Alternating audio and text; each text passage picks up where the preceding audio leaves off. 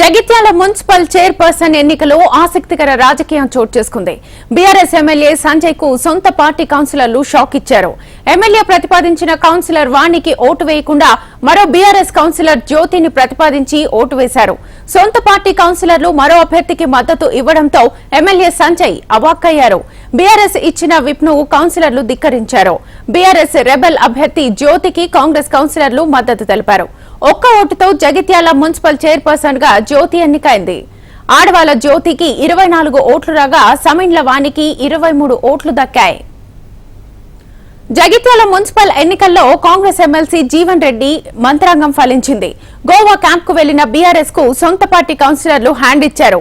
Camp నుంచి నేరుగా వచ్చి ఎమ్మెల్యే ప్రతిపాదనకు వ్యతిరేకంగా కౌన్సిలర్లు ఓటు వేశారు. కాంగ్రెస్ పార్టీ వ్యూహాత్మకంగా జ్యోతిని తెరమీదికి తీసుకొచ్చింది. జ్యోతికి అనుకూలంగా బీఆర్ఎస్ కౌన్సిలర్లు ఓటు వేశారు. ఎలక్షన్ జరిగిన సందర్భంగా చైర్మన్ ఎన్నుకోవడం జరిగింది. ప్రతి ఒక్క కౌన్సిలర్ నా పక్షాన ఉండి నాకు ఓటు వేసి గెలిపించినందుకు ప్రతి ఒక్కరికి బీజేపీ వాళ్ళైన బీఆర్ఎస్, కాంగ్రెస్, ఇండిపెండెంట్ ఎవరైనా ప్రతి ఒక్కరికి నాకు ఓటేసి గెలిపించినందుకు ప్రతి ఒక్కరికి హృదయపూర్వక నమస్కారాలు తెలియజేస్తూ, ధన్యవాదాలు తెలియజేస్తూ, అందరితో నేను ఇప్పుడు ఎలా ఉన్నానో ఈ క్షణం ప్రతిరోజు ఈ పదవి అయిపోయేంత వరకు నేను అందరితో కలిసి ఉండి వాళ్ళకు అనుగుణంగా నేను ఉంటానని మీడియా సమక్షంగా తెలియజేస్తున్నాను. అలాగే జీవనన్నకు థ్యాంక్ యూ సో మచ్. అన్నకు ధన్యవాదాలు. నన్ను సపోర్ట్ చేసిన ప్రతి ఒక్కరికి ధన్యవాదాలు.